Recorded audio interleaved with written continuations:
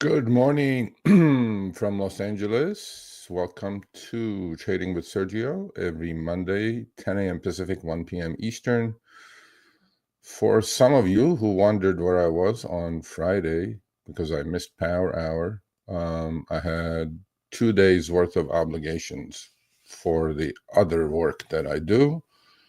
I know many of you come from the other channel to follow what's going on.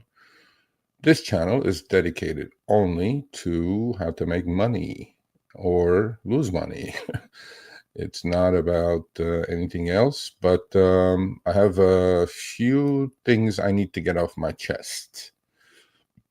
So how's everybody doing? Hope you all have a good weekend. Back to trading.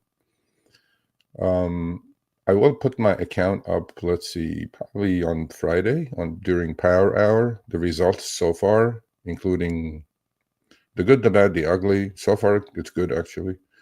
But you guys have to wait for that. So let's go through the schedule real quick. Every Monday, Trading with Sergio. At 10 a.m. Pacific, 1 p.m. Eastern. I'm going to put the link up if you guys want to show up and talk to me personally, obviously, no problem.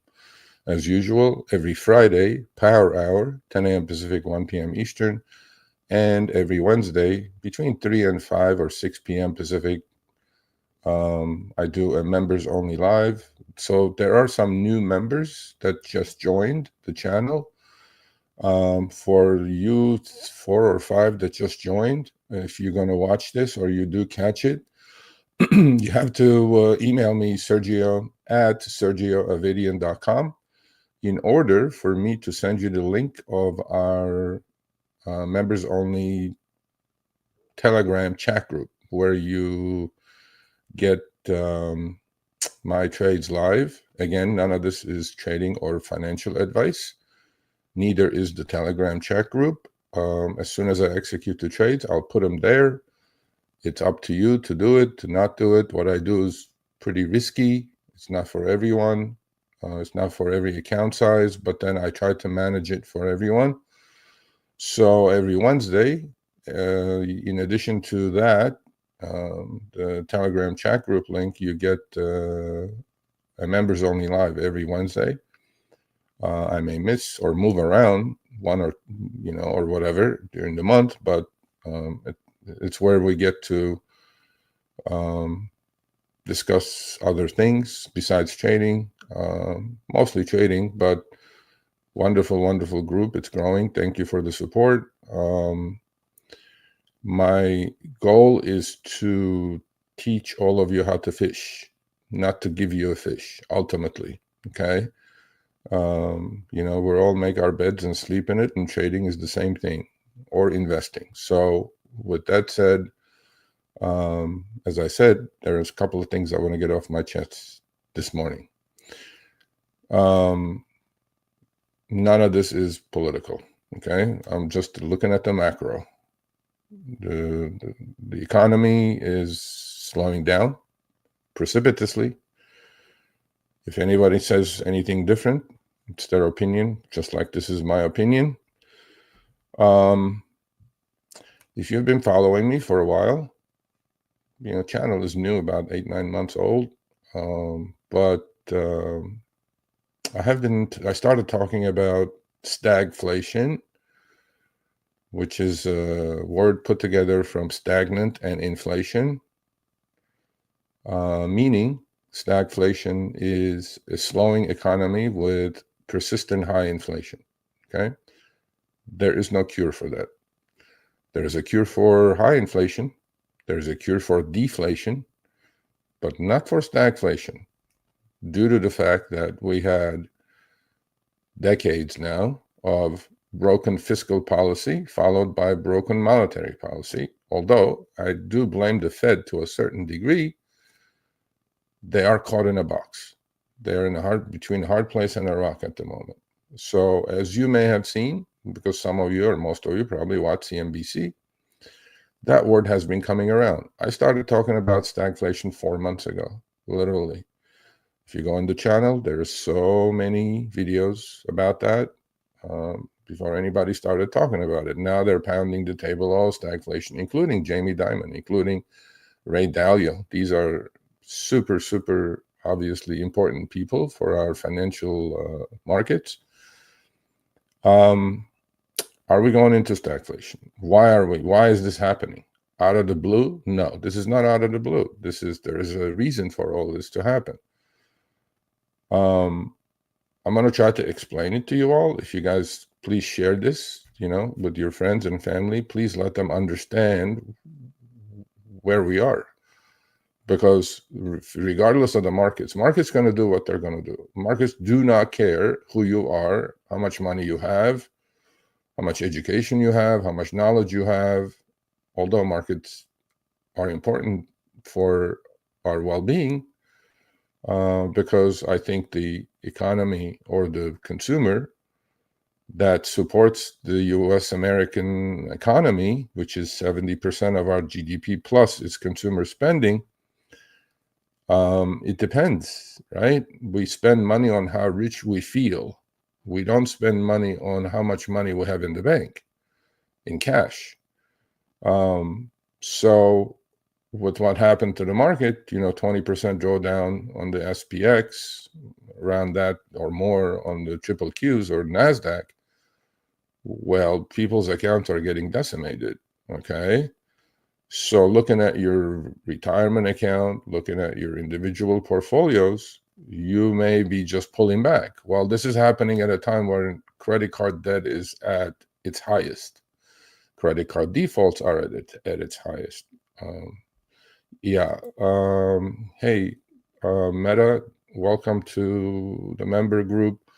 Please email me, Sergio@sergioavedian.com, so I can send you the Telegram chat group. Again, the email is Sergio@sergioavedian.com. Actually, you know what? Let me put that up. If you do become a member, I know there were some members that joined over the weekend. You guys need to email me for me to send you the Telegram chat group. That's how we control that. I think I've spelled it correctly. Sergio, yep, that's the one. So email me, I'll send you the Telegram chat group. Welcome to the members circle. We appreciate it. I don't know what your experience is, but you'll learn quite a bit. So going back, stagflation, okay? Are we going in there? Well, certainly looks like it now, okay? 4 months ago, I was kind of reading the tea leaves and saying, well, if this happens and that happens, and then we may get stagflation, first time since the 70s. And I don't think today's Fed heads or the Washington politicians have the balls to do what Paul Volcker did in the 70s. You have to look at this overall picture, okay? So the new administration is hell-bent on tariffs, okay? All right.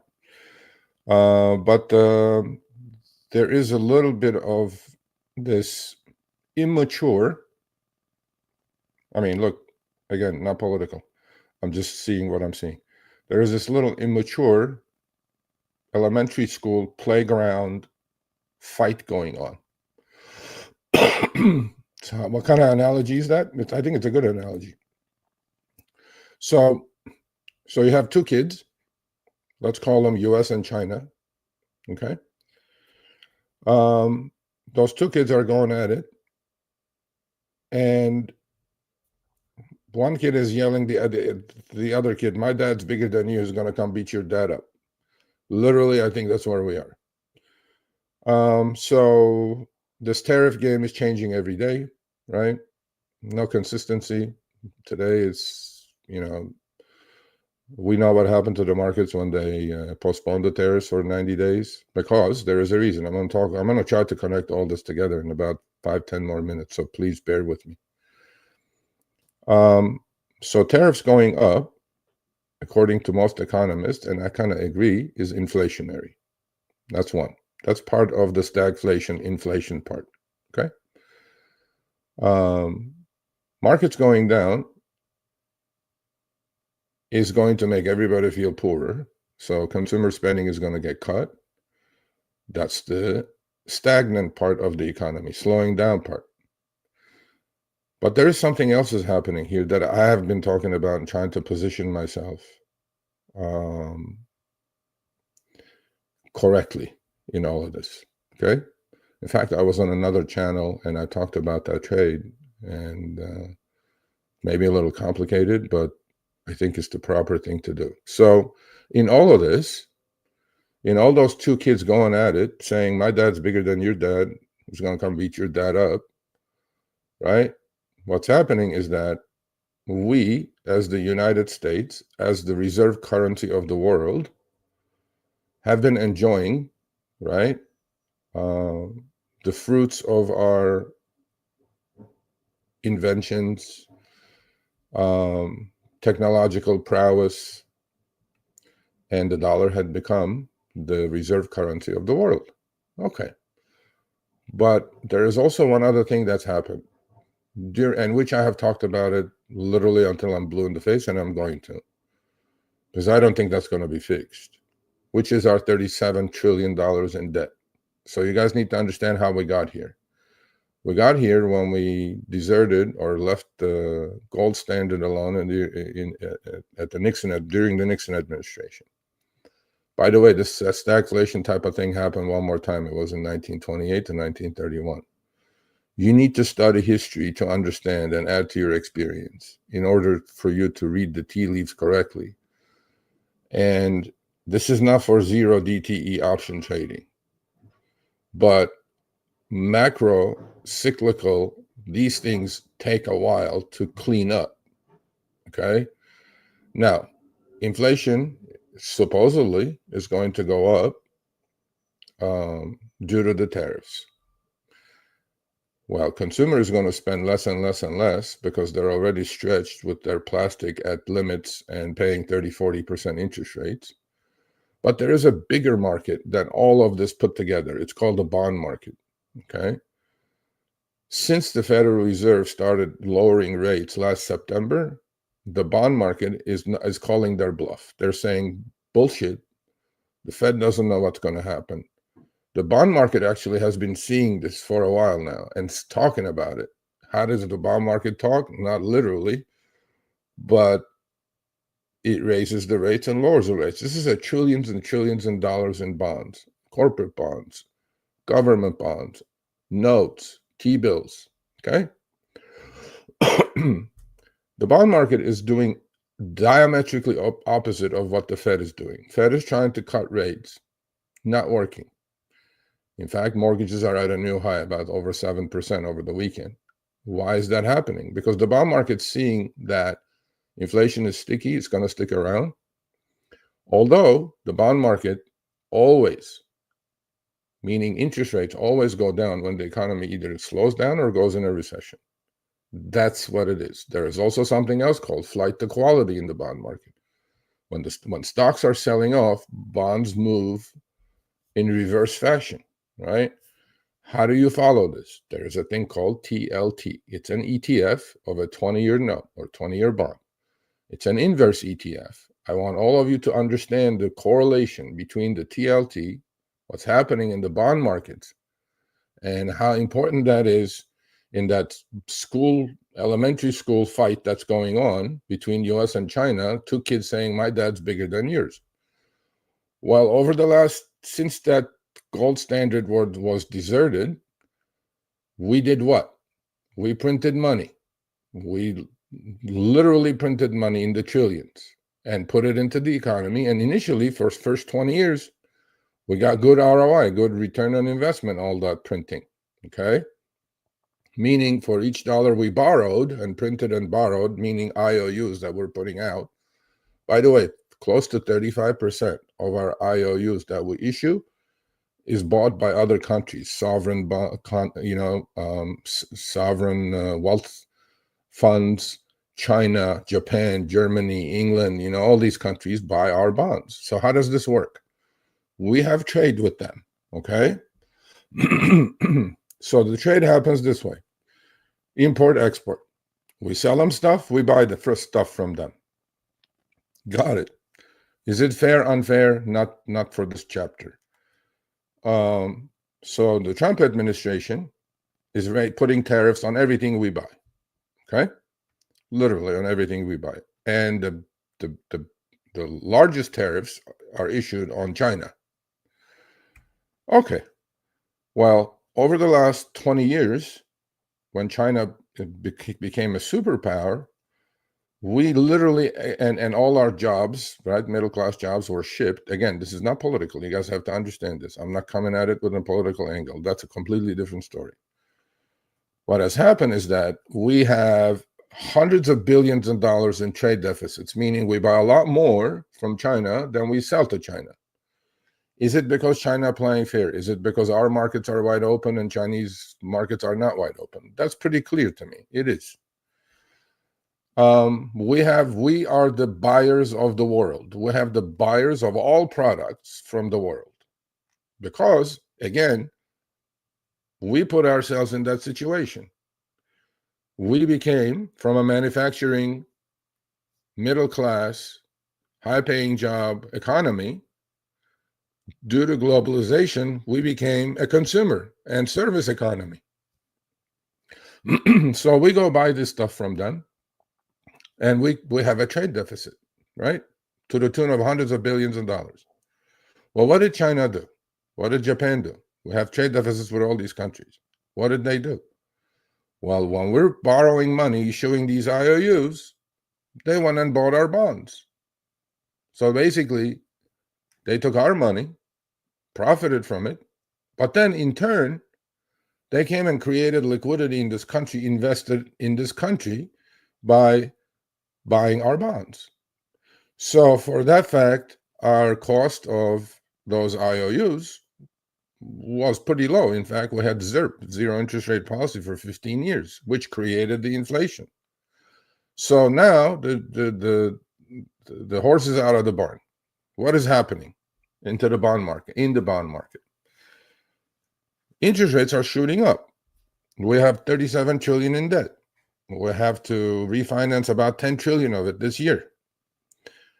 Well, when we're issuing these notes and bonds, China is going now, no thanks. Japan is going, no thanks. I'm not going to buy it.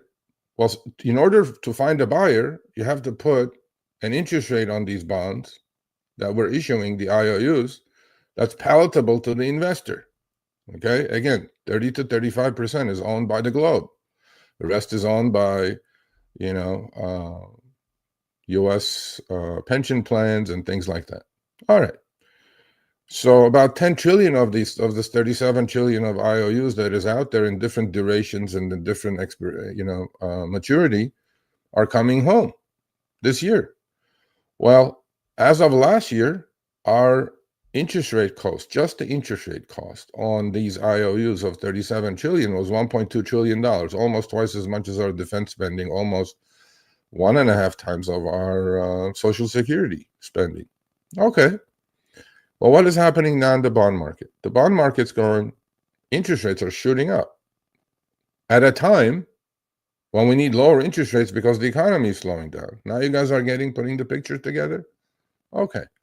So when interest rates are shooting up and there is no liquidity in the bond market, and we have to issue these IOUs to replace the maturing IOUs, we have to put higher interest rates on these to make them buy these bonds. Otherwise, nobody's going to buy it. But there is something else going on. Over the last 20 years, due to these trade deficits that we had with China, with Japan, with Europe, what happened is that they bought these bonds. China was the largest holder, up to $1.2 trillion of these bonds. Currently, Japan is the largest holder of about 1.1 trillion of these bonds. Well, what is happening now is that they're looking at the situation and they're saying, well, oh, you're going to put tariffs on me? Well, I'm going to sell your bonds. Right? Okay. Well, every night you guys see the bond market. What's happening is that the Japanese, there is a rumor that the Japanese hedge fund, due to a basis trade, is blowing up and they have to liquidate the bonds. But the other thing is happening is that the stock market's going down. There are a lot of margin calls that's happening because of a stock, because they're all leverage up to 10x. And they have to sell something. What do they sell? The most liquid thing, bonds. So you sell a bond, interest rates go up. So bonds go inverse relationship. The price of a bond goes down, interest rates go up. The price of a bond goes up, interest rates are going down. So you put all this picture together. Remember the bully, not the bully, but the two kids fighting in the elementary school playground, saying my dad is bigger than yours? Well, now what did they say? The chickens are coming to roost or whatever, right? Okay. Well, what is happening now? Not only they're not buying our bonds because we have to sell these IOUs, we have to replace this 37 trillion in debt somehow, right? And that's why I've been saying this debt is going to bankrupt this country. Elon Musk has been saying it. He's trying to do something with Doge. I don't know if it's going to be successful or not. First of all, I don't think at the pace they're doing, it's not going to be successful. It's just creating more animosity, and all that stuff is happening. Again, not political. Let's look at it macro-wise and finish this chapter, okay? So we have a slowing economy, if not a recession. A lot of people are calling for a recession now. What is the definition of recession? 2 quarters of negative GDP. Are we going to get one this quarter? Probably not, but we're probably going to be 0, and then probably next 2 quarters we will. Number 2, stock market's going down. People's pockets, people's portfolios are getting blown up, and people spend money on how rich they feel, not how much money they have in the bank. During a recession, what happens? The chances of you getting laid off from your W-2 is pretty high. So now you're going to cut on your discretionary spending. Consumer spending is going down. Since our economy is dependent 75% on consumer spending, that's the automatic slowdown. Again, I'm a glass half full type of guy. I am not calling for gloom and doom, but I'm seeing a picture that is just doesn't make sense, especially with the administration's play on tariffs, right? No consistency. Today is 100%, tomorrow is 120. China comes back and says, oh, we put tariffs on you 100%, right? So we're like, remember those two kids fighting? Well, my dad is bigger than yours. Except that after all this time, we're going in a gunfight with a 9mm, okay? But the opponent, the opposition, or the adversary is holding a bazooka. Not a good fight to be in, or it's going in a gunfight with a knife. Not a good situation for us. Why? Not only they're not buying our bonds now, which we need to sell, we have to, okay, until we can control this 37 trillion in debt, national debt. But now we have to raise the rates for them to be able to buy it, okay? That's one. Where's the bazooka? The bazooka is they're selling the bonds. Not only they're not buying it, they're selling it. And that's why you have interest rates shooting up, right? Because the Fed cannot control the bond market. Fed is nothing compared to the bond market. There's just trillions and trillions and trillions of dollars floating around the world in U.S. government bonds. Okay. Well, now, I in fact tweeted this out, and we're going in a gunfight with a 9mm, and we're facing a bazooka. The bazooka is China over the last year has reduced their U.S. asset bond holdings by 50%. And they're saying last month they sold another 27 billion in bonds. So China is saying, you're going to do this to me? You're not going to buy my stuff from me? Okay, not only your inflation is going to go up, but now by selling your bonds, I'm going to raise your interest rates. How's that going to hurt your consumer? Your mortgage rates are going up. Your car loans are going up. Your credit cards that you're stretched already, those rates are going up on your balances. Do you see where we are now? Do you see where we put ourselves with this 37 trillion in debt? Now we're in a box. Now Fed, on the other hand, Trump is trying to tell the Fed lower rates. Well, Fed goes, we can't lower rates. You put these tariffs on, inflation is going to go higher. If I lower rates, that's more fuel on inflation. Okay? We should even be raising rates, and the bond market's sniffing this, right? And the only person, by the way, Trump cannot control is Powell, because he cannot fire him. He's going to try to fire him probably, but he cannot. And oddly enough, he appointed him as the Federal Reserve Chairman when he was president, right, last time. Well, they're not seeing eye to eye. Well, Trump's administration, as smart as I think these people are, which I do, I respect Scott Bessent, and I respect all these people around him this time, they should see this.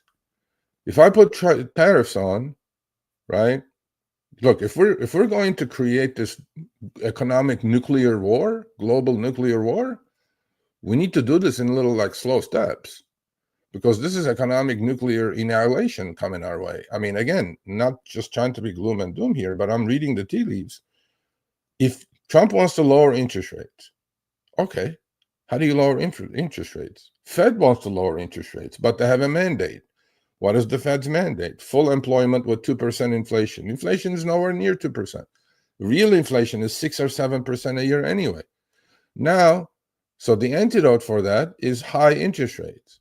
If you guys remember, go study history. In 1978, 1980, there was a Federal Reserve chairman called Balls of Steel. He raised the rates to 20% to kill inflation, and it died. It literally died for 30, 40 years, until we pumped 7-8 trillion during the COVID pandemic, and then recreated inflation again. Now we're trying to put it back in the box. Well, that genie's out of the box and it's sticking around. The administration is saying we want lower interest rates. Fed goes, we can't cut rates. If we cut rates, inflation is going to accelerate more than it already is. So this is where we are. This is what kind of box we're in the stock market, as the prices things so beautifully, right? And seeing this future, looking at the bond market, they're going like, no, we're going to sell stocks off. Now we have earnings season coming up. 3 or 4 companies already said during their conference calls, like Walmart and Delta Airlines, they said, no, we can't give guidance now because we have no certainty. We have no idea what's happening. Guess how many more companies in the S&P 500 are going to say the same thing during this earnings, season coming up? It started actually with banks. Now, all the Mag 7s are coming around and all that. Everybody is going to pull their guidance. And what does the market not like? Uncertainty. Okay. So that's where we are. So how do you deal with all this, right? You're going to say, Serge, you talk a lot, but there's no solution. No, there's a solution, of course. Personally speaking, I think interest rates are going to go down. If we go in a severe recession, I think interest rates are going to go down. So I structured the TLT trade, which is a 1 year out, next March trade. And when I show you guys my positions, I'll talk about it. I'm tiptoeing in it, but I'm going to go pretty heavy in it once I feel like things are getting resolved. If we go into recession, rates go down. I want to participate in that, in that move. That's one. 2, I'm still trading here and there, right? In fact, again, I don't flex, I don't brag. I held my stuff together really, really well during this crash. Let's call it what it is. It was a crash. My trading account, I have 2 accounts, as most of you know, investing account, trading account. I started buying things in my investment account. What did I buy? I bought Nike about 52, 53. I bought Kava, which I wanted to buy, about 82.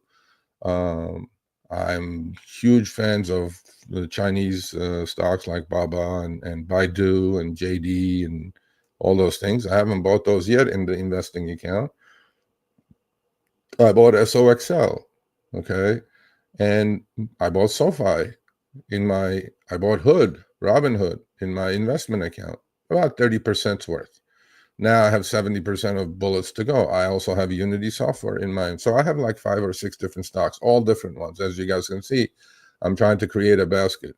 A restaurant stock, a high-tech in Soxel, which is the 2X ETF of SOXS, Semiconductor Index. Robinhood, which I think is going to be the biggest brokerage and investment house in the next 5 years or so in this country. What else? Unity Software, a software company that I really like. I think the future is pretty good.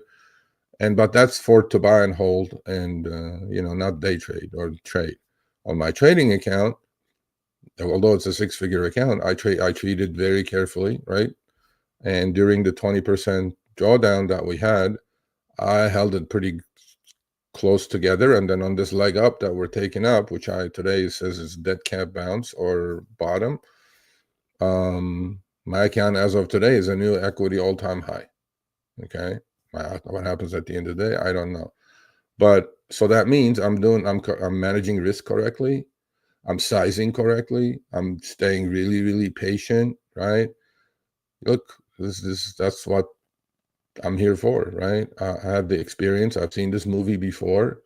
I think I'm reading the tea leaves correctly on the macro side and the micro side. And yeah, I mean, I'm up, I don't know, I think I'm like 30, 32, 33% for the year while the market's down 15%.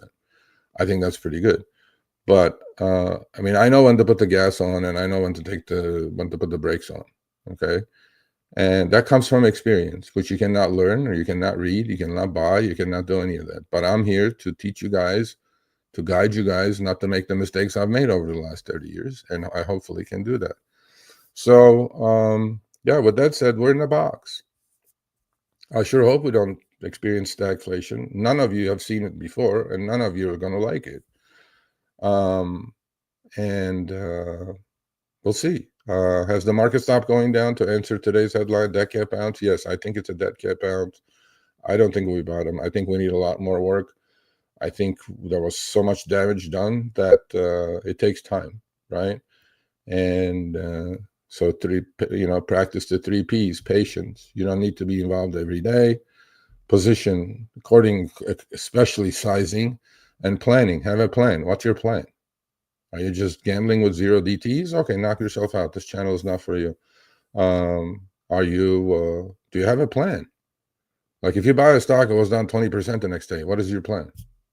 Just put your head in the sand and say, oh, okay, it'll go back up one day. No, it doesn't work like that. Not in trading. Even on the investment account, it doesn't work like that. I'll give you an example. I waited for Nike to buy Nike at 52, and I'm really not sure I made a good buy, but I bought it. Well, Nike, it was $170. It's been its own bear market. You see how kind of patience it takes? Well, the market was making all-time highs. Nike was making lower lows. I waited, I think, at $50, 55, 52, 48, whatever. I think it's a good long-term investment. I'm not selling puts. I'm not buying calls. I'm just buying the shares. Kava, the same thing. I ate there 2.5 years ago the first time. While I was eating, I bought the stock at 33. A year and 5 months later, I sold it at 155. It went to 175, down to 78. I bought it at 82. See what it takes? Patience, but I have a plan. I have a patience on that account. On the trading account, I definitely have a patience. Have to have patience. I would have blown that account. Most people blew their accounts. Because when a stock like Robinhood goes from 68 to 30 in a month,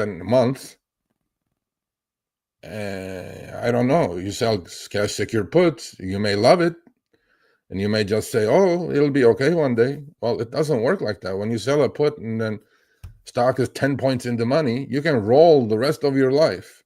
Roll down, roll down, roll down. To do what? First of all, stocks are to be bought and sold. Period. You may buy them early, you may sell them early. That's it. Stocks are not to be, the days of let me buy something and hold it for a generation are over. Those types of stocks come around maybe once in a decade now. Okay, like an Nvidia, let's say. How many other things don't move around? They move around. They're moving these Mag 7 stocks like pork bellies these days. I mean, look at Apple, look at Nvidia, look at Tesla, look at these stocks. Tesla down 50%, Nvidia down 40%, Apple was down until this tariff thing came around, down 30%, Google down 30%, 40%, and these are just the top ones. If you look at some secondary stocks, not small companies, mid-sized companies, stocks are down 50, 60%. Yeah, market's only down 20%, but your stocks are down 50%, like it's SoFi. I like the company. I didn't like it at 19, but I waited. I paid 8.5 for it in my investing account. And one last thing. Every Monday, Wednesday, Friday, you don't have to be a member. Members get it instantly, what I'm doing as far as trading is concerned. Every subscriber, you can go to my YouTube community page. I put my existing positions up every Monday, Wednesday, Friday, after the market closes. Now, you can follow that, but I may be in and out the next day. By the time I post it again, it's not there. Then I don't want you to hold the bag. Again, none of this is trading and financial advice, right? But at least you can follow it. You can see what I'm doing. I'm putting my money where my mouth is. Full transparency. I have nothing to hide at this stage of my life. I'm really not into YouTube clicks and this and that. I don't care. This is a good platform for me to put my thoughts together and put them out there for you guys to either listen or not listen or do whatever you need to do. But I'm trying to pay it forward, and I'm trying to be as clear as I can be. So let's take a look at the.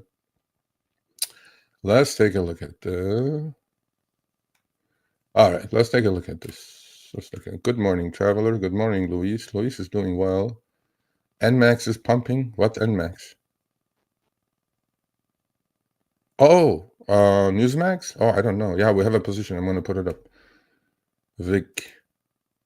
Vic, email me, Sergio at sergioavedian.com. Oh, TJ. Yeah, I was on TJ's. I put that TLT trade up. Thank you. I appreciate the support. So email me, Sergio at sergioavedian.com, so I can send you the Telegram chat group link. Doug, good morning. Good morning. Manny P, good morning. Your knowledge of that. Yeah, I'm trying, man. You know, it's tough. I understand, man. I've blown accounts right and left when I was, earlier in my career. But what saves me is having seen the movie so many times. I mean, this is, I think, my third, maybe fourth. This is a crash. No sugarcoating. None of this. It's a crash. If anybody says anything else, I go like, okay, you're not here. You're at the wrong channel. But I'm a realist at the same time. I'm seeing what I'm seeing, and I'm going like, it's bothering me. I mean, economically, it's not financially. It's bothering me because I'm going like, we put the tariffs on. Okay, so hear me out, people. I'm not against tariffs. Don't get me wrong. I think trade has been completely unfair, okay? But at the pace that they're doing and at the magnitude that they're doing, they're going to break other things. They're like an elephant in a china closet. You're just going to break other shit. It's happening. The bond market's breaking, right? We go like, okay, tariffs, here's my 9mm. I'm going to empty the clip on you. And then China goes, well, I have a bazooka. Dumb shit. It's called, I own your ass. I own your IOUs into the trillions. I'm going to dump those bonds and raise interest rates, go through the roof. I'm really going to put you in a tough spot now. So this childish elementary school, my dad is bigger than your dad, has to end. I mean, cooler heads have to prevail here. Because we're really like on the preface, I mean, seriously, like we are not in a good spot here, right? A lot of people, are going like, oh, we're just negotiating from a point of strength. You would be doing that if you didn't have 37 trillion in debt. If we didn't have that, hell, all for it. All for it. But now we're facing a bazooka. Japanese are selling our bonds. Chinese are selling our bonds. The bonds that they all bought with our money because of the trade deficit. Okay? Well, now, there's another thing is going on. God forbid, okay? God forbid, if U.S. loses the reserve currency status. God forbid. Okay? But you see it. You're seeing it. People don't want to hold dollar-denominated assets. The administration wants a stronger dollar. Dollar is tanking, literally tanking. Look at the chart of UUP. Okay, that's the ETF of the dollar index. Dollar is tanking. Interest rates are going up instead of going down. Economy is slowing down.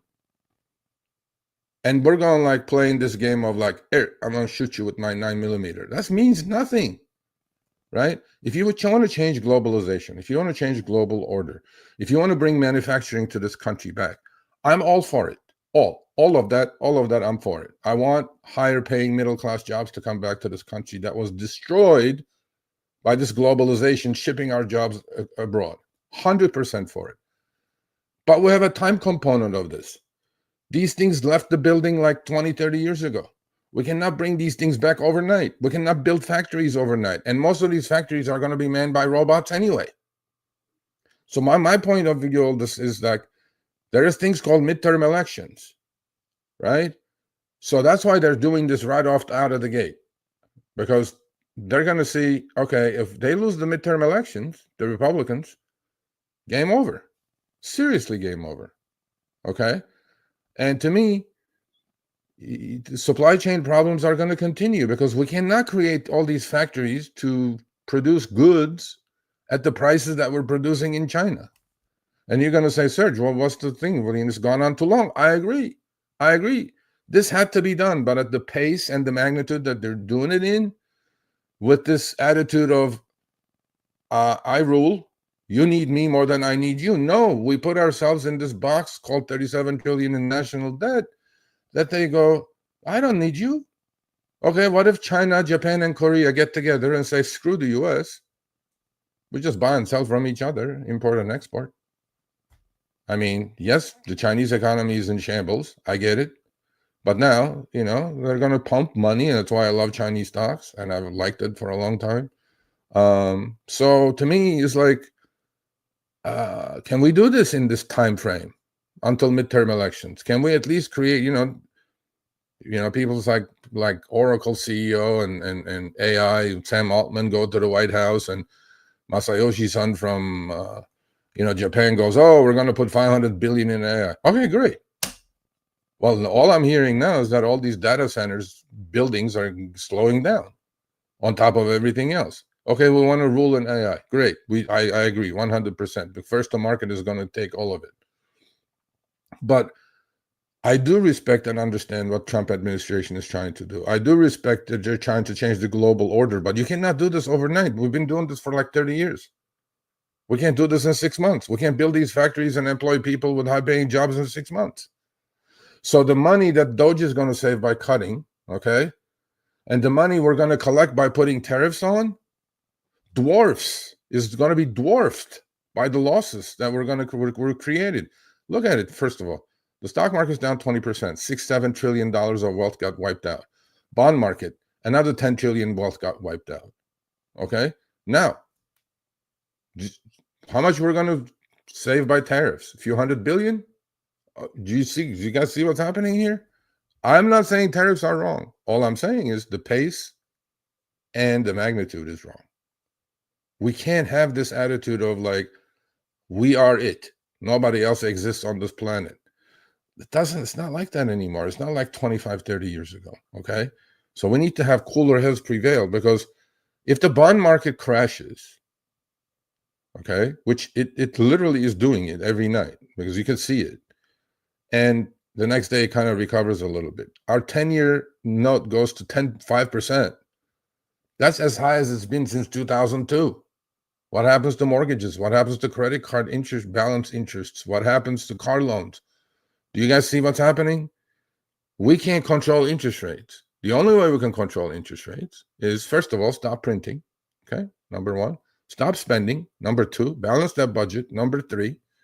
And number four is, if you want to lower interest rates, we have to do that by doing those things, not by putting tariffs on. Okay, it doesn't work. It's just like kind of the oxymoron. I put the tariffs on, I collect money from the world. In the meantime, on the consumer, everything that they buy is going to be not only more expensive, but everything that they own on credit is going to be more expensive. Okay, so you guys want to call a rant? Call a rant, but that's what it was. All right, so happy Monday. Yes, it is. Without a question. I actually wrote some options. I wrote an iron condor this morning. Let's see where that thing is up. Hey, Lynn, what's up? How are you? Hope you're doing well. Good for you, Mojo. I give him a bad time saying, hey, man, you need to wake up. Meta Mike, Sergio, I emailed you. You did? Sergio at sergioavedian.com? I didn't get that email, because I would have sent you the thing. I'm hoping you can help me with making timely trades. Yes. Well, again, not financial or trading advice, but chat group exists of newbies, intermediates, really experienced people, myself. And look, I trade what I see, what's in front of me. I have a little bit of a slower time frame in mind than most people. I mean, we'll see how it goes. But email me again, Sergio at sergioavedian.com. I put it up there somewhere. Right there. Okay. That's my email address. And I'll send you the chat group link, and we'll welcome you to chat group. Good morning, Doug. Manny P, good morning, good morning. I'm going to go to the positions. No. Okay, I'm going to answer that question in a minute. Didn't start learning until last July, August. Nope. Disagree. Well, you will succeed. You already look how much better you're off. Look, it took me 30 years to get here, and all I can tell you is this is not a sprint. It's a marathon. I don't know. Adele, good morning. See, my members are here. Simple English or F you. No. We're not there. Crystal, hey, good morning. Finally, we got Techie B back. I think he's done with his travels, although I did speak to him on the members live a couple of days ago. All right, so let's go to my positions. Let's see what kind of damage we're doing today. Hope all of you can see this. All right, where are we? All right, so these are my positions. I will post these on what do you call it? On the community page. Okay, looking over, pretty good. Looks good to me. Now I see what NMAX you're saying. NMAX is pumping. Holy crap! It got to 27. Wow. Okay, well, let's go through the positions. So I have July 45 calls, 275 of them, 95 days to go on GGLL. GGLL is the 2x ETF of Google. That's the other stock I bought in my investment account, Google at 152. I got lucky on that. I got lucky on all of them. I don't know. I bought 30% of my, I was about 97% cash in my investment account. I put 30% to work. On the next leg down, I'll put another 30% to work. Same stocks, same 6-7 stocks. Basket of different things. Not all putting all my money in the same group. So I have all those options. My cost is 39 cents. They're about 43 cents. I will sell those at 50, 60 cents. If GGLL gets to 32, they'll be like 65, 70 cents. I would highly recommend for most of you or all of you to use option calculator to see where the pricing is going to be going forward. So barchart.com has a good one, free one. I use something a little bit more complicated, but it should do. Next trade I added this morning actually at 110. So I'm putting NMAX. NMAX is Newsmax. That's the stock that went public, went from 10 to 280, and then it went down to like 20 now, 25. So I'm putting the 40-60 debit spread, call debit spread. I did more today. I have 30 on each side now. So that's the 40-60. I'm buying the 40, selling the 60s simultaneously at the moment, but then I will clean up individually probably. Okay, so that's that. This is my interest rate trade. Okay, I talked about this actually on TJ's channel, and some of you came over from there. TLT. I will go through the charts in a minute. TLT is the inverse ETF. So what am I doing there? I'm betting that the interest rates are going to go to about 3.5% on the 10-year and the 20-year, about 3.5 to 3.75. So TLT at the moment is 87.45, 87.43, 43. I'm looking at TLT to go to 110. So the reason interest rates are going to go down is because the economy is going to either go into a recession or a slowdown, and or number two. So 3 out of 4 things that I'm looking that's important to TLT is in my favor. So this is a good probability trade. Okay, I'm going to March of 2026. Those are the leaps. So what I'm doing is I'm putting zero money out of pocket to create this structure, this trade. So how am I doing that? I'm doing it with derivatives called options. At the moment, I have 20, but I will. So I don't put anything more than 12 to 15% of my firepower in any position in my trading account. On this one, I'm going to go to probably 25%, maybe 30% into this specific trade. At the moment, I am selling the 85 puts on TLT. With that money, with that credit, I'm turning around and buying the 95 calls. And then because I think TLT is going to get to 110 in about 6 to 8 months. And this is a long-term trade, by the way. Okay. But then if it gets there quicker, I will unlock it, of course, take the profit. However, and then selling the 110 calls. So short 85 puts for March 2026, long 95 calls for March 2026, and short 110 calls for March 2026. To do one contract will take about $1,500-$1,600 in buying power. So if you say, well, Serge, you have a six-figure account, but I can't do it. Of course you can.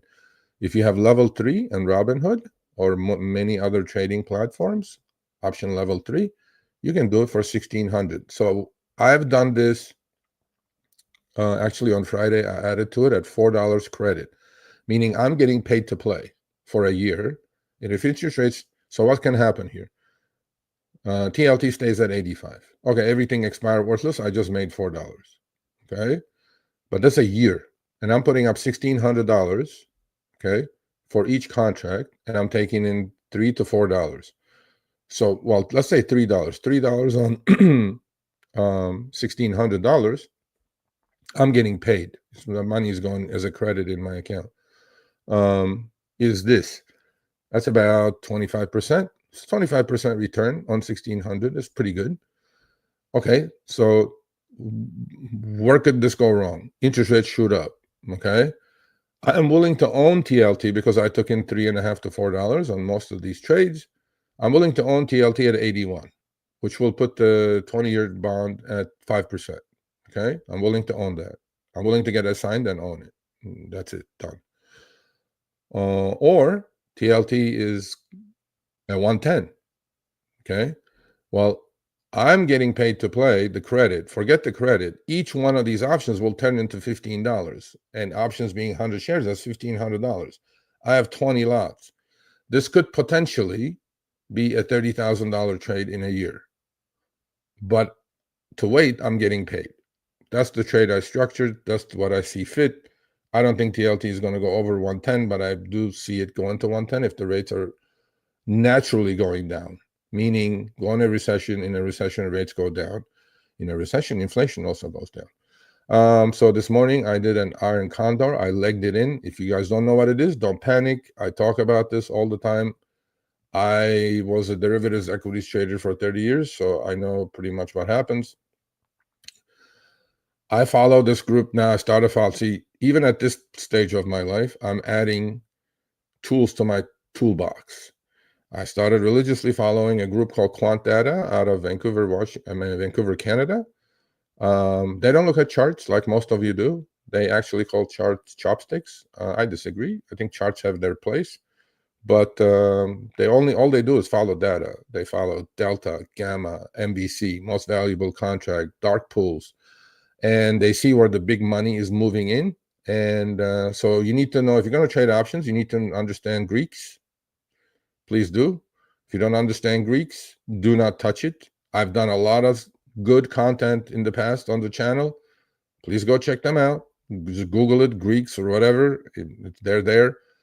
But that's one additional advantage of becoming a member, is what? That you have access to me directly. Okay. Again, I'm not doing it for the money. It's like $10 a month. It's like a Big Mac meal, less than a Big Mac meal. You're getting my experience for less than a Big Mac meal. Again, I'm not doing it because, channel doesn't run on air. I have a YouTube manager, right? All that good stuff. Long story short, that's the TLT trade. So what did I do on SPX? XPX, not SPY. SPX is the index. So when we sold off a little bit this morning, I put on the put side first. I sold the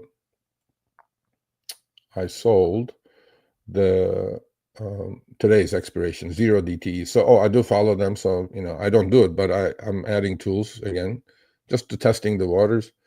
I sold 2 expiration today, 5,300 S&P. So I put on a put credit spread.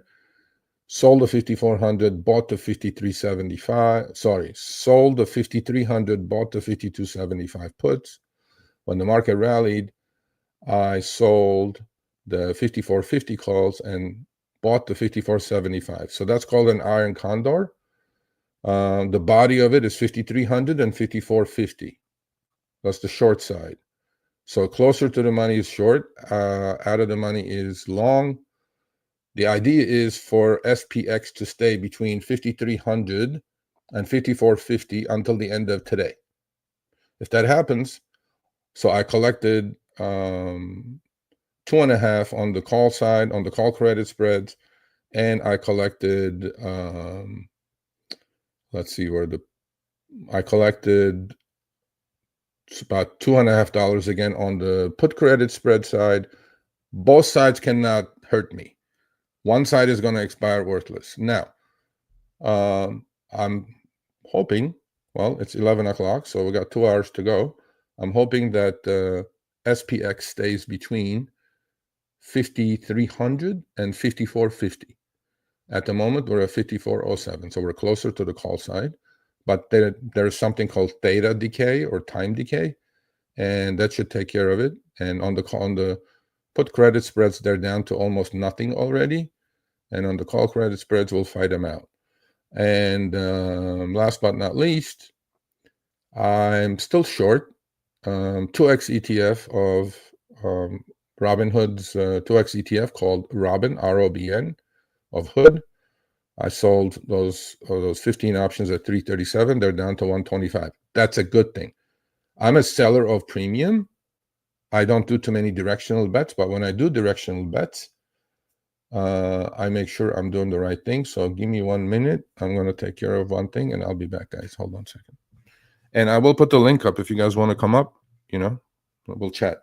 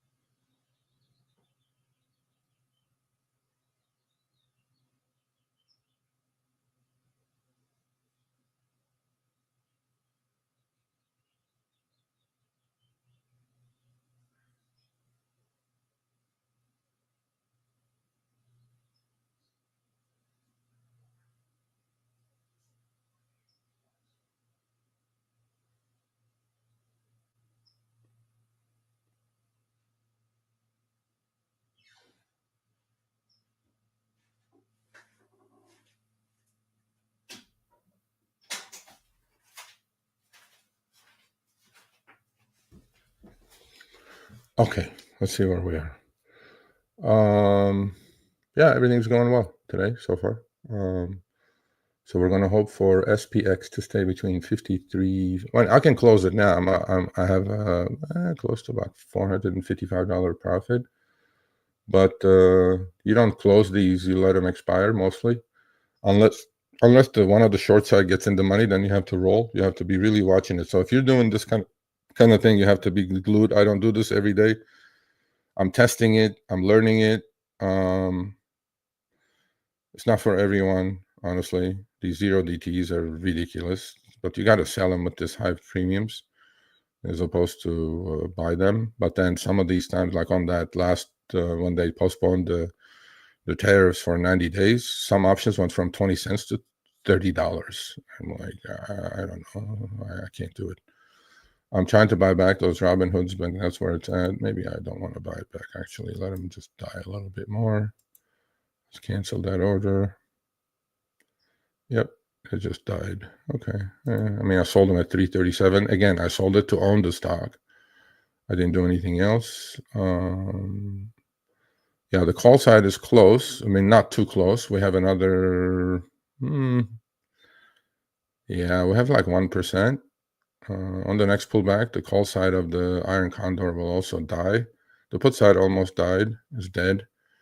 I put them out at 2.5. They're down to like 20 cents. I could actually buy those back, but I don't think S&PX is going to go down to 5,300 today. So what quant data does is it gives you completely different outlook and market structure, and they don't look at charts, but they do work mostly with short-term options, weeklies, and zero DTEs.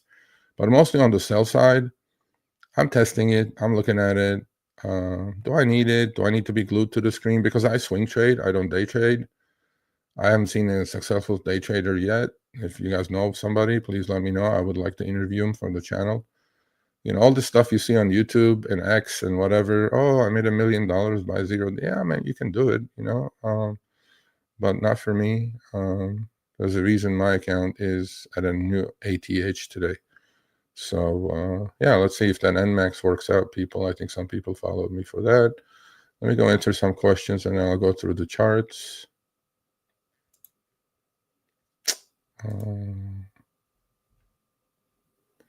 Let's do that. Hey, okay. All right. I'll send it to you. Let me see, actually. Let me see if I got it. Emergency alert. An earthquake? Are you guys serious? Really? I got it. Okay. Yeah, I got 2 in a row, actually.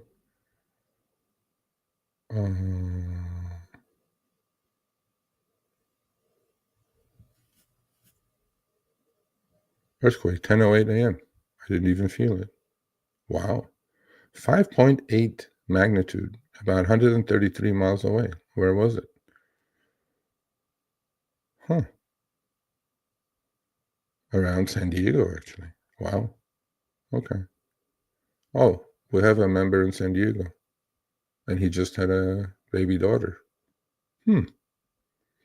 Okay. Yeah, I will send it to you once I'm done with this.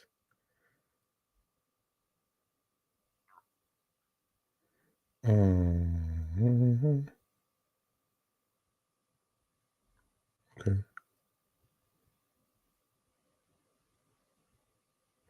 Okay. All right. So let me put the link up. If any of you want to come on, don't be shy. There's no bad questions here, by the way. Don't get intimidated. Here's that. Here's the link.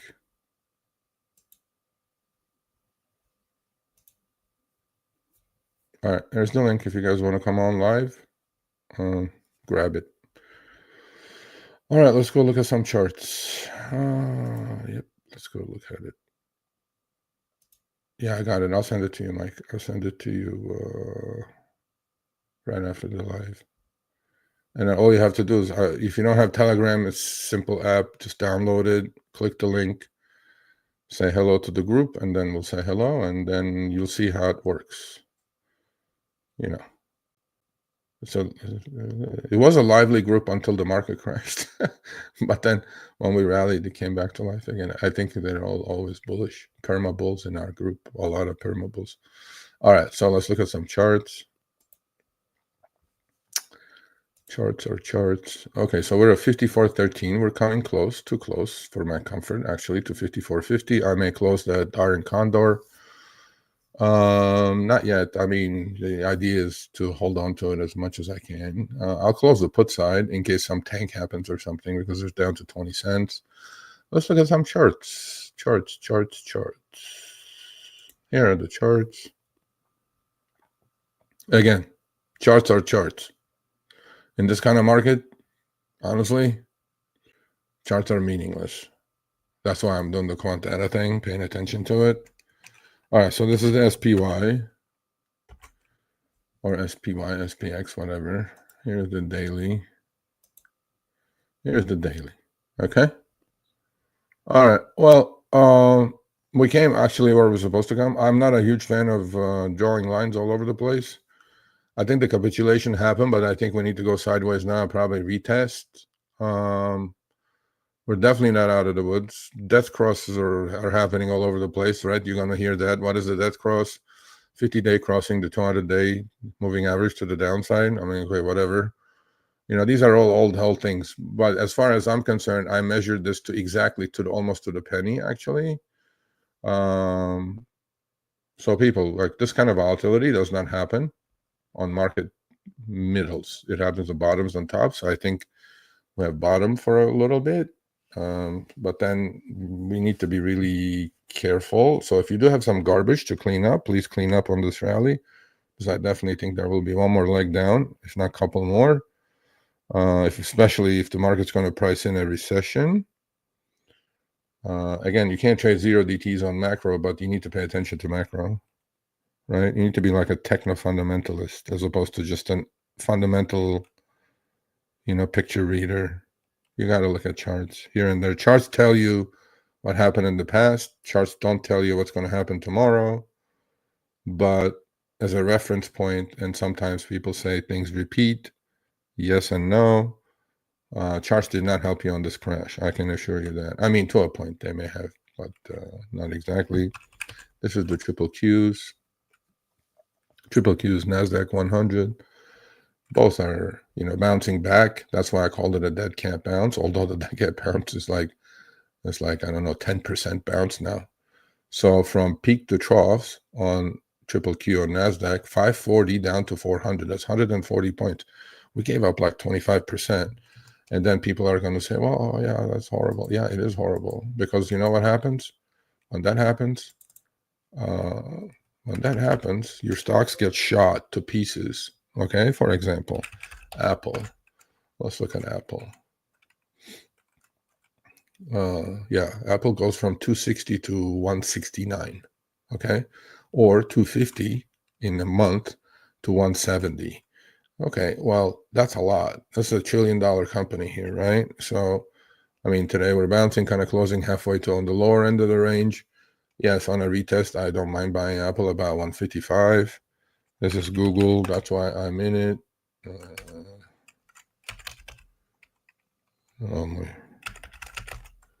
Google. What is happening? I am dyslexic, people. Are we doing this? No? Okay, is my Thinkorswim crashing? That's one thing I don't like about this. Google. There's Google. Boom. Thank God. All right, so 142. I'm sorry, not 152. That's what I paid for Google in my investment account. I will add to it. I think Google is the cheapest Mag 7 out of all of them. Yes, there is a little bit of a concern with their search business dying because of AI coming around, but they have Gemini. So anytime in the low 140s, I will add to Google. Mag 7, Nvidia, obviously. We had a banger trade. The group actually killed it. Actually, a few people killed it. We did the 2x ETF of Nvidia, NVDL weekly options. I think they went 5x in a day or two. Actually, members made more money than me. But that's Nvidia. I mean, they're all bouncing back to where they should bounce into resistance. You should be a seller of all of these stocks. I mean, that's all there is to it. Meta. Same thing. Like, look at these downtrends. I mean, 750 to 480. That's like 40%. And then some of the middle name stocks, middle tier, not the mega caps, got shot, taken out in the back, and literally shot. I'll show a couple that I like. There's Tesla. Is Tesla red today? Yeah, I mean, it can't get out of its own way. I mean, it's kind of basing between 220 and 285, let's say. I'm not I have a downtrend. Again, I don't draw too many lines, but those two lines on Tesla are absolutely valid. Clear downtrend. And there's a wedge that we're building here, and that wedge goes back to when Tesla was $30 a share. Once in a while, you got to pull back and look at longer-term pictures of these things. And I see Tesla going to 160, 170. I mean, again, I like Tesla, but everything has a meaning or a price for me. I don't fall in love with it. Okay, we traded the Chinese names the first time, gave us a chance to do it the second time, and sure hope I'm not going to miss it again. I mean, that thing, but this is Alibaba, came down to 200 EMA. Actually, broke it. I still like Chinese stocks. I still like Baba, Billy.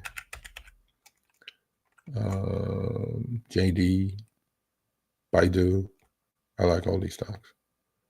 I mean, Billy came down, and then the ETF of all these, if you don't want individual stocks, called YINN, Yin. That came into really good support, like $20. In fact, if you watch any Power Hour or Trading with Sergio, we've been talking about those. We traded it once. We traded it. Now kind of bouncing into resistance on the next pullback retest. I will definitely be buying these. I'm trying to keep my powder dry. What else? Yeah, it's like, let's just look at some of these, stocks that got shot in the back. Look at Robinhood, Okay. So 67 high, 36 low, then bounces to 50. I'm trying the ROBN, which is 2x ETF of Hood. Actually putting in a bullish divergence here, which I like. That's why I was short the ROBN puts, right? Collect premium. A lot of people who came from TGA's channel, they do a lot of wheeling. Look, man, I just want to put more tools in your toolbox. That's just one way. There's many, many, many, many different ways. You need to have a strategy for each occasion. Wheeling is good when the market's grinding higher, making all-time highs. Wheeling is not going to work when you get assigned all these stocks at much higher prices. You're just going to keep rolling and trying to make money out of it, and it could be deadly. So we're back into resistance. So I'll be a seller of Robinhood if we get up to 45, 49. Here's SoFi. I love the company. Don't get me wrong. I think it's a little too expensive. Here's SoFi. I mean, there you go. 18 to 8. If you had SoFi, I mean, again, these stocks are to be bought and sold, not bought and held forever. Because what's the point of, okay, so here's my thing. Back here is when the stock broke out about 8, and if you're on it, and you rode it to 18, what's the point of riding it back to 8, and then in about a year or two, riding it back to 25?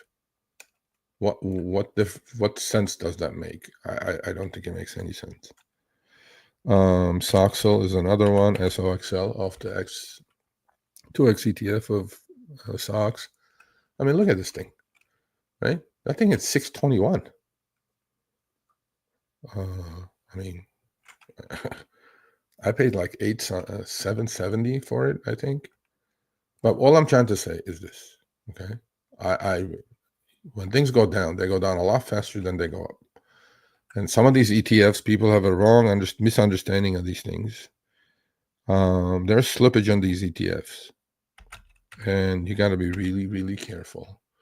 MicroStrategy, if you're bullish on Bitcoin, is one. I like this quite a bit.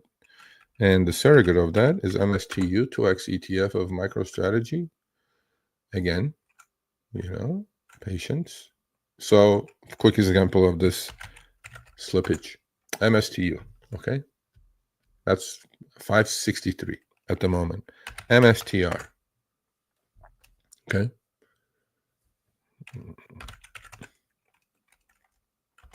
Okay, MSTR. When we were at 235 about February, MSTU was 6.5 low. Okay. Then we rallied, we pulled back. Next time we were here, MSTU low was 5.5. See the slippage that's happening? Then we rallied to 346. We'll pull back to 235 again. This time, okay, you guys take a picture, mental picture of this. If you have held MSTU, although MSTR is at the same price as it was, MSTU is lower because there is slippage. This was the low, last 225, low of 402. Then rallied to 742. Next time MSTR was 325, low of 345, 10% lower. Then MSTR rallied to 335. This thing went up to 827. Of course, it's doubling more. And this time we pulled back to 235. Its low is 338. So every time MSTR is pulling back to the same low, this thing is lower. You guys must understand the slippage game in these 2x ETFs. They're not to be bought and held. They're supposed to create daily returns. That's that. Couple other stocks that I really liked, but then they were massacred. I didn't touch them. I probably will soon on a retest. There's a firm. I really like this stock. They do buy now, pay later. In a bad economy, actually, that may benefit because the consumer is stretched. Earnings came out, stock went to 82.5. 4 days ago, it hit 30. How can you handle that? Down $53. You can't be in it. You just gotta somehow. You just gotta go. Okay, I just get out. But anyway, so here's Upstart, another one that I like. Look at that thing, 96 to 30. I mean, you're selling puts on this thing. How do you even come out of it, right? So no. But again, all these on retests. Now that we have found some sort of base, I will start selling puts, buying calls, doing some synthetics, all that stuff. And here's my TLT. Not my TLT. So as you guys can see these lines, I'm short the 85 March 2026 puts. I'm long the March 95 calls, and I'm short the 110 calls way up here. So on Friday, I was able to do 5 more lots at $4 credit. Last time we were at 94, I started doing them at about 86 to 87, 85 range. I will keep adding to this trade without a question. So this is an inverse indicator. Again, TLT goes inverse. So if TLT is going down, that means interest rates are going up. And if TLT is going up, that means interest rates are going down, actual interest rates. So this is the max on TLT going back to 2001. So we are here. Look at where my cursor is at, okay, on the right-hand side. And going back to 2002, TLT low is 80, 80 and a half, 81. Well, I'm doing this trade with $4 credit. So that means if I do get assigned at 85 next March, 85 minus 4 is 81. Well, I'm doing it at the interest rate of 2002, okay? That's why I'm doing this trade. I don't think the rates are going to get pushed over 5%. I think they're going to get down to about 3 to 3.5%. And that's why I did the 110s, the short side, the 95 110 call spread, and finance that purchase with selling the 85 puts. So yes, a little complicated, but again, considering TLT during the ZIRP rates, ZIRP meaning zero interest rate policy, we're at 180, and now we're down to 80. That's when the Fed raised the rates because inflation came around from 0% to 5.5%, 5%. Well, yeah, I think this is a proper thing to do. So I don't know. It's just another trade, right? But I will put more money into this trade than I put on other trades. What else? So I'll answer some questions. If you guys want to come on, grab the link and come on.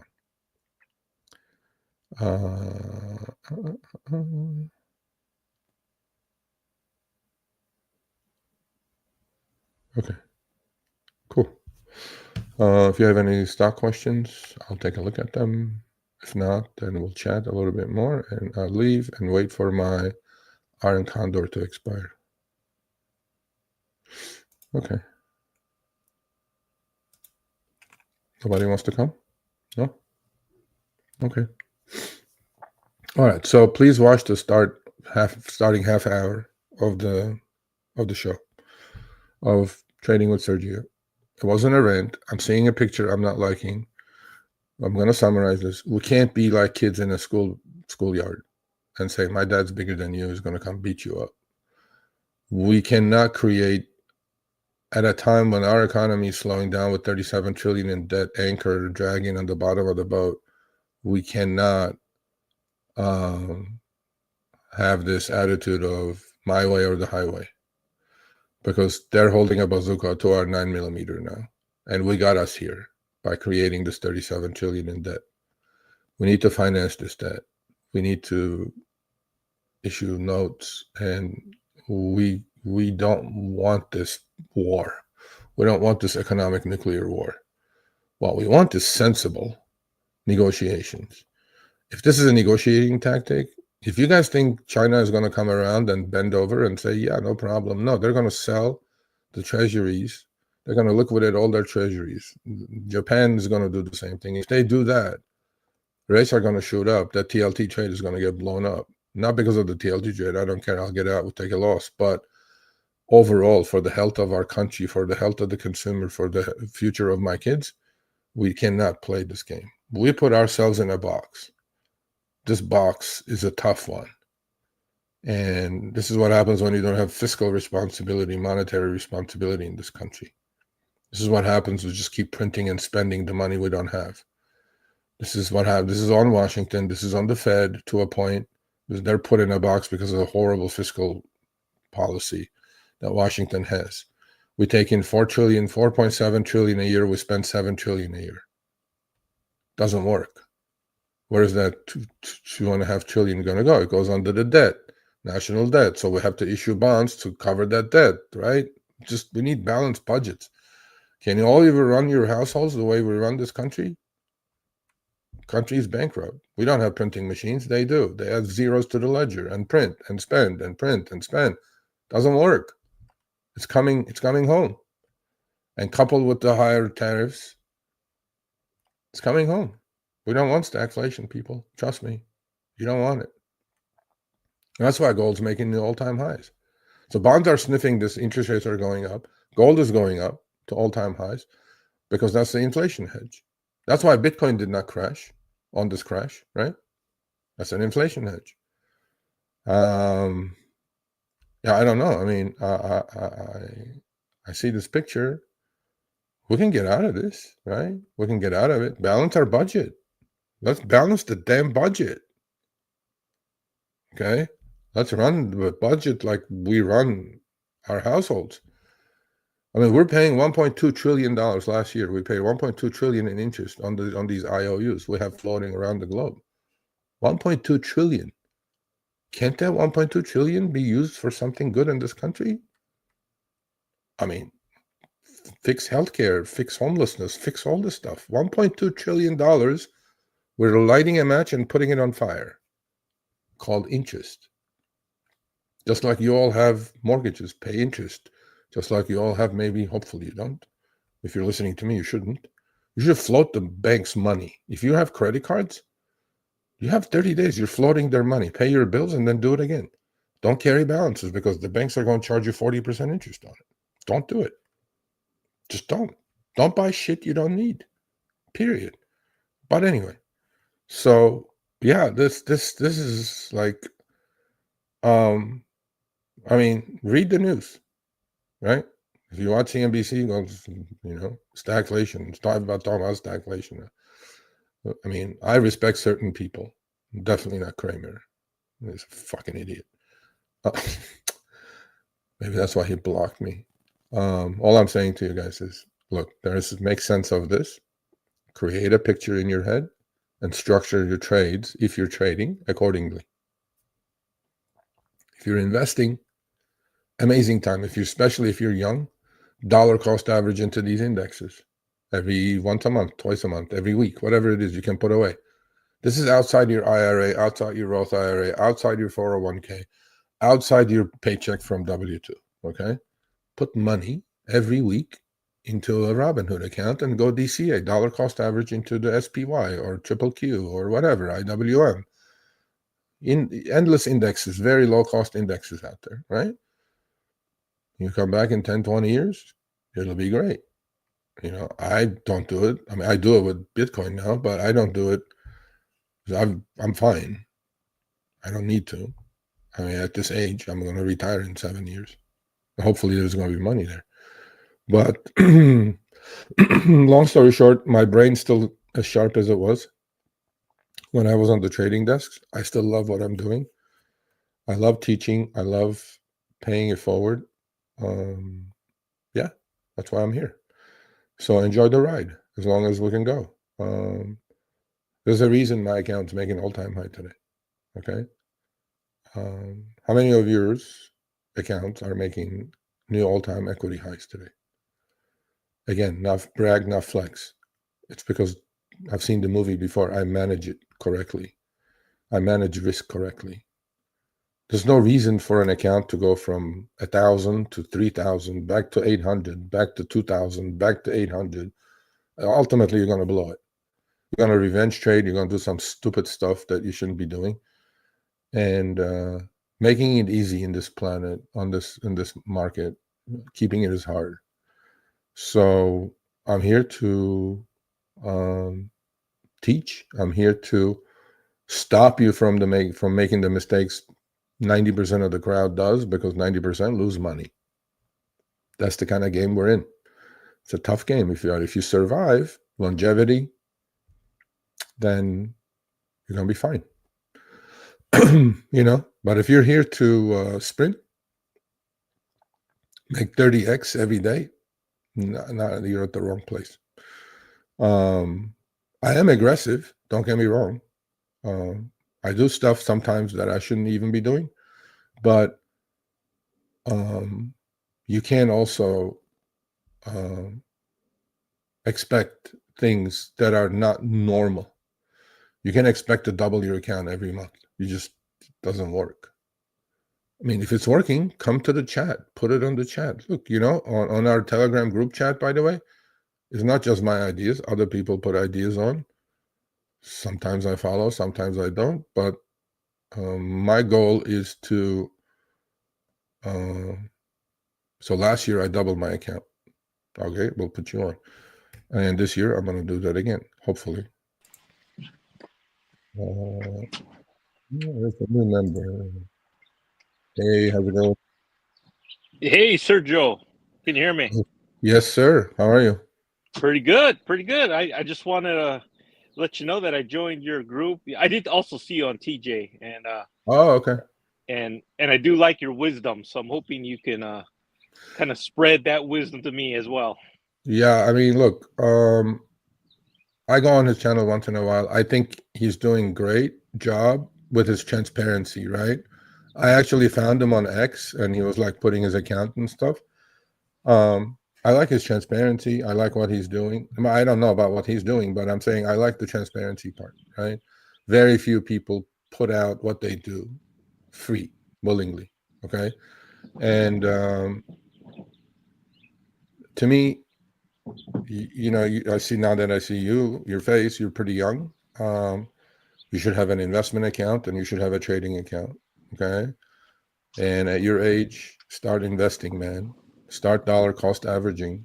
You need to do that. And then trading is completely something else. But I'm just going to say you're in good hands, and then I hope you learn. I don't know what your experience is, but we'll discover that when you join the chat today. Don't be intimidated. Don't be shy. But if you join just to tag along and do my trades, sure, you're welcome to do it. Am I wrong? Of course I'm wrong, but I'll end you with this. So last year, my trading results on my trading account, I was up 120% for the year, and the year before a little bit more actually, but I was 50-50, literally 50-50. Actually it's on the channel. You can go check it out. Check the video out. All the data is there. So 50% losers, 50% winners. Okay. Yep. How did the account go up 120%? 2x leverage. Yeah. I Money management. Take small losses. I take plenty of losses, but also I take plenty of gains. But if the gains outnumber, they don't have to outnumber the losses, but the size of the gains have to outnumber the size of the losses. So if I do 10 trades, I lose 500 on each trade, but I gain 1,000 on each gainers, your account will double. But that comes with taking losses. That comes with money management. Yep. That comes with all kinds of things, and when to step up, what kind of setups you're trading, and all that stuff. So to me, there's many ways to skin a cat. And look, I do well. I'm not going to lie. And you learn quite a bit. And hopefully in a couple, 3 months, you'll have a complete idea of what I'm trying to do. And then you'll probably recommend some trades for our group as opposed to me recommending trades. You know what I mean? Right. So, Yeah. But if you have any other questions? No, I'm just again, I like Bitcoin, so, and I like MSTR, so some things we have in common. I do, I do have some Robinhood, but I tend to hold things a long time. Like I held, like you said with the so I think you said the whole SoFi example went from $6 to $18, but I did that with Tesla. I had Tesla at 200 to 480. You hold it all the way down. I'm still up, but it's not. You know what I mean? It's But knowing when to pull the plug and layering out. Those are things I need to get smarter at. you will, because you know what happens. When did you start trading? I want to say I'm trading, but I kind of started during COVID, Yep. so that's Just when. like everybody else, right? Yeah. Okay. So it's not many years, but Okay. I No, just no. don't know. I'm learning the game of the up and down, up and down. I mean, it's a Well, rhythm, and just knowing when to get out. have you heard of this saying? Because my mentors taught me things 30 years ago that I share it every week. By the way, we do a members live, so please turn on your notifications so that you get that Okay. as well. And that's just for the members. Long story short, they told me, Serge, stocks walk up the stairs and they take the express elevator down. What do you think happened to Tesla? It walked up the stairs and took the express elevator down. What do you think happened to SoFi? It walked up the stairs. Palantir walked up the stairs. In fact, I was on TJ the first time. I was shorting Palantir. And they were all like, "Oh, you're crazy." I'm like, "Okay, fine." And then he tanked to 70. I'm like, "Okay." My thing is I go long short, so you have to understand the mechanics of it first, right? And you should be able to willing to short things because you can make more money when things are going down than they're going up, by the way. And like a SoFi, ride it from 8 to 18 to 8 is like, it doesn't make sense. It just doesn't make sense, right? So SoFi is not a Goldman Sachs. Even that one is doing the same thing, or JP Morgan, right? Yeah. My idea in all of this is, what is your expectation after a double or a triple? Because I don't know if you were in Palantir. That thing went from 7 to 125. Literally, it did. And that's a generational thing. That happens once a decade. Right. So I traded Palantir, but I got out when it like tripled, and then it tripled again. I'm like, okay, cool. But So then I shorted it. I shorted it at like 120. Our group made like shit ton of money on that. And I so shorted it. And look, yeah. my Yeah. Well, so early on with Palantir, I bought it like at 7, and I sold it at 20, and I thought I did good. that's exactly. I did this. I bought it at like not 7. I bought it at like 11 on its way up. Yeah.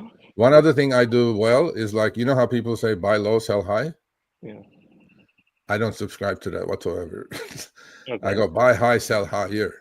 I rather have something, you With know. momentum, some Yeah, I momentum, guess right? just follow the money, as opposed to, I do buy things on pullbacks, don't get me wrong, but they have to be within a trend to buy it. Okay. So if I think Palantir is on its way to, from 7 to 20, let's say it ended at 20 where you bought and Yeah. sold it, right? Um, so that's like 13 points. So let's say you missed the bottom by a couple, but now you know it's on its way. And then you missed the top by a couple or 3 points. You have 10 in the middle that you want to take. You don't want to, Yeah. you shouldn't be bothered with, oh, it went higher after I sold, or you shouldn't be bothered, it went lower after I bought. But buy things when the train has left the station and try to hang on as long as you can. That's the attitude I have. But I can't do this. You know how much damage, mental damage that does, or financial damage? When you buy something at 7, goes to 20, write it back to 7, back to square one, back to 10. Just, what's the point? You have to also think opportunity cost. There's other things that are moving while you're stuck on the same stock, riding it up and down like a roller coaster. That doesn't make sense to me whatsoever. Like none.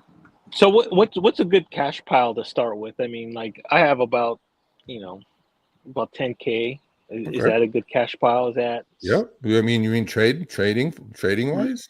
Yeah. Yeah. Yeah. I mean, look, we have people that have less than you. The thing is, you just have to size it correctly. Okay. So let's say you have 10K. I put on a trade. I'm doing 10 options, 5 options, 20 options at a time, right? But I'm not putting more than 10 to 12% of my account into each single trade. So you look at yourself. Okay. So I say, do the TLT trade. Okay, fine. Well, it's going to cost you about $1,500 to do one single option. So you do one. I do 20, you do one. That's it.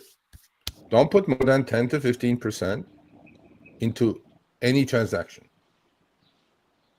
There's no YOLO here. There's no HODL here. There's no FOMO here. There's none of that here. I don't even know what they are. What I'm telling you is that, though, if you put more than that, that means you're sizing incorrectly. And when you size incorrectly and it goes against you, that's how you blow an account. So you have to size correctly.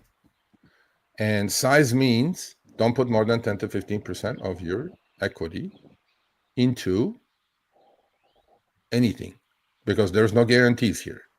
Number two. So does that? Let me finish with this. Number two, trade equity. I could not give a rat's ass what happens to my individual positions within the account. I may have 8 different positions in an account, right? For me, the important thing is scoreboard. What's the scoreboard? Account equity. I go look at it. It goes from 10 to 8. I'm down 20%. To 7, I'm down 30%. To 5, I'm down 50%. Or it goes from 10 to 11 to 12, although you have 4 different, positions in the account. Yeah. Sized correctly. So just look at your account equity. That's your best scoreboard. That's not going to lie.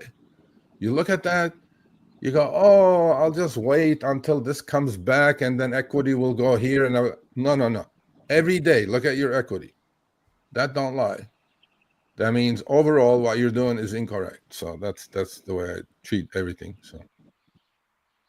Okay. All right. I don't have anything else. Okay. Well, I'll send you the link and join the chat group. And I don't know your knowledge level. Like, I know you said you started at COVID. Like, do you know the Greeks in options? Do you trade options? Yes, I've done options. I do cash secure puts. Okay. And I know selling. I've sold some calls in the past. Okay. I do have some leaps on. I've done some leaps in the past. Okay. So yeah, I have that. Okay. And I've done some debit credit spreads too. So I have Okay. some of that knowledge. I know how to do that. Okay.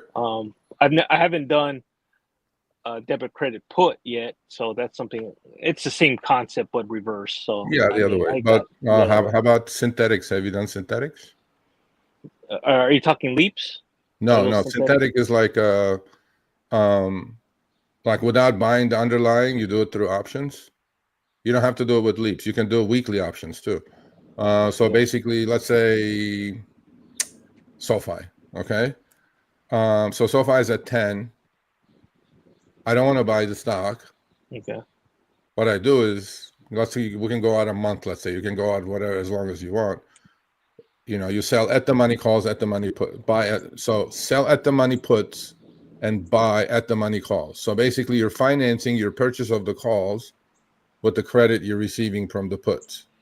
That's called a synthetic. That's called a synthetic long. So selling puts, buying calls on the same underlying. Okay. And that's you can do that. And basically it's like cash secure puts or selling puts, but also buying calls instead of the underlying. So when it does move, is by selling just the put. Okay. You're saying, okay, I'm willing to take that premium. and I'm willing to let it expire or get assigned.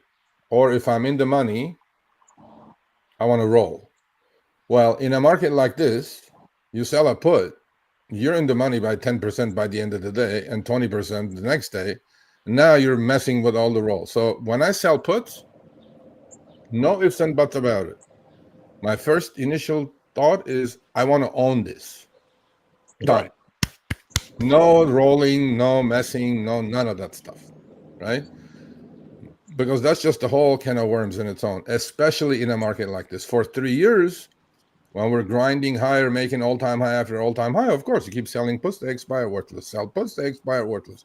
On a pullback, you get assigned, stock goes back up anyway, you're all good. We're not there. That hat's gone. So now we need to think other things. But I do a lot of synthetics, right? So get used to that. So when I do post it, when I go, okay, sell the put, buy the call, right? And sometimes synthetics happen in a way that you sell at the money put, right? But on a stock that I'm willing to own. Right. So for example, when the market was really dying, and if you go look at the community page, you see all the positions. I had sold, I had put on synthetics on SOXL, SoFi, Robin, which is the 2X ETF, MSTU, meaning I had sold the puts and bought the way out of the money calls. That's my like kicker, because I'm not happy with just making money by the puts expiring worthless. I want to make money on the calls, right? And so, for example, I had on SoFi, I had sold the 10 puts and I had bought the 15 calls for the same expiration, but I did it with a credit of like $2 overall. Meaning I want to own, I really want to own SoFi at 8, but if SoFi has a sharp bounce to 12, those calls, not only the puts are going to go down in value, but the calls I bought, the out of the money calls, are going to double, triple, because I have a month to go. Okay. Okay, I get it. Yep. See what I'm saying? So at least I have like I have a kicker. I have a bonus basically of the trade. But ultimately, I try to do all the synthetics with credits, meaning I really want to buy SoFi at 8. Okay, but if it bounces here because it's oversold with the market to 12, which it did, I bought those calls at like 40 cents and sold them at like 90 cents. So that was the kicker. Yeah, and the puts are going to expire worthless anyway. So yeah, a lot of different things. Especially in this market, it's like I was thinking about with my 10K doing buying some puts on Nvidia for 100 shares, just bring in $100, but I'm like, well, I could probably bring in more than $100 for a week with that 10K. I wouldn't do that. I wouldn't do any cash secured puts or naked puts. If you're going to do in this, I think the best trades at the moment, maybe for another couple of weeks, is going to be strangles, right? Okay. Like sell the call, sell the puts. So we have found the base on Nvidia, let's say. Okay. Okay. So 90 low, right? Right. 90 and low. 120 on the upside, let's say, right? You have $30 here in between. So I don't mind doing like strangles and waiting for time decay to take care of it. But again, I want to own Nvidia at like 88. I really do. Yeah. Right. And I'm definitely want to short Nvidia at 123, because that's what you're doing, putting on a strangle. So you need to understand all these things, that there is a tool for each job at hand. And every stock is a job. But you have to know that you have to have the tools, because the world doesn't evolve around just selling cash secure puts and then get assigned and then selling calls. That's like trading 101. That's like, again, I'm not making fun of it, or I'm not putting it down. I'm not saying anything. No, okay? I know leaps. You can get a lot more leverage, of course. Like you do those synthetics, you can double, triple your money quickly, like overnight. That's what I'm saying. So, but that only happens when the market volatility has picked up. Yeah. Because you could do the synthetic, and the thing is going sideways. Both sides are going to expire worthless. You just didn't do anything. It's like it's kissing your sister. All you need to do, though, when the market's this volatile, right? When SOXL moved from 7 to 11 in a day, literally the day that Trump, delayed the tariffs, right? So that synthetic moved in my favor by like close to 230% in a single day. That's crazy. That's when when I'm saying my equity all-time high, right? That's what happened. I had all these synthetics on. I didn't know where they're going to stop, and I sized correctly. I didn't put like all of it into one. I picked 4. I go, okay, I just sell the put here, buy the call here, sell the put here, buy the call here, and I added, and then I got to a size that maybe 70% of my account equity was committed, okay? And when the rally came, literally, I wasn't even watching that day.